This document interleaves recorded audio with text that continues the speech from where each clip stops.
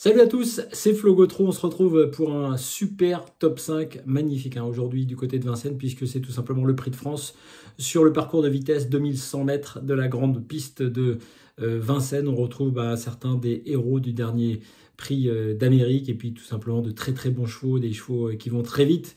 Évidemment, on va faire le papier en fonction de tout ça. Et on va commencer peut-être par une petite surprise, par le 11 Working Class Hero. Petite surprise parmi les favoris, bien sûr, puisque Working Class Hero, avec Mathieu Mottier, est un cheval qui a 6 ans, qui est très rapide. Il a tout simplement remporté les 3 courses qu'il a disputées sur ce parcours. 3 sur 3 à la première place, 100% de réussite à la gagne. On ne peut pas faire beaucoup mieux.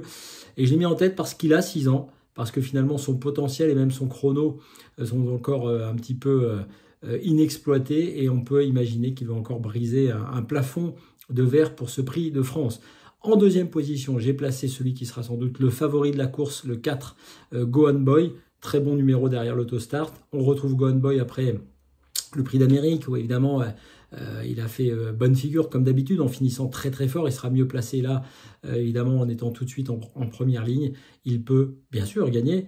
Je l'ai placé en deuxième position, mais il a tout à fait le droit. Il a le record parmi tous les concurrents du jour sur ce parcours. Ensuite, le 7 Banderas B, qui aura l'avantage déjà d'être drivé par Eric Raffin.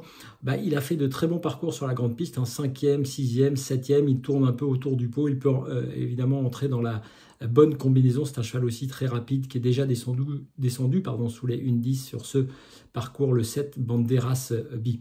Et puis après, des chevaux que vous connaissez bien, peut-être plus pour la deuxième partie, on va dire, de notre combinaison.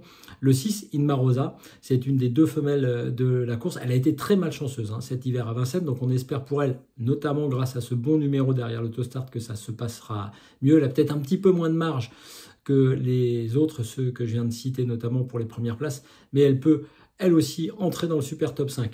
Ensuite, le 10, là c'est un petit pari pour les 2 derniers. Vous savez que j'aime bien les outsiders. Le 10, Idéal Lignerie, qui a vraiment bien tenu sa partie dans le Prix d'Amérique, tout simplement 6e, aux portes du super top 5. Et puis Benjamin Rochard au sulky, c'est une possibilité, en tout cas pour les places. Et puis un pari, on va dire, pour la dernière cartouche, le 5, Killmister, qui sera tout simplement drivé par celui que j'estime être tout simplement on va dire le spécialiste des 2100 mètres, Gabriele Gelormini, qui va essayer d'amener Killmister un peu plus haut qu'il n'a été. Il a déjà fait de bonnes performances, on imagine qu'il est plus à l'aise sur les courtes distances que sur les plus longues sur la grande piste. Voilà pourquoi je l'ai retenu en bout de combinaison. Je vous récapitule en chiffres mon pronostic pour ce Prix de France. Le 11, le 4, le 7, le 6, le 10 et le 5. Vous retrouvez toutes les cotes sur genibet.fr. L'émission spéciale Super Top 5 de Philippe Thévenot sur tous les réseaux sociaux de Genibet et évidemment sur YouTube. Je vous souhaite un excellent dimanche à tous du côté de Vincennes et puis continuez à nous suivre. Évidemment, vous retrouvez tous mes pronos tous les jours sur Twitter et sur genibet.fr. À bientôt.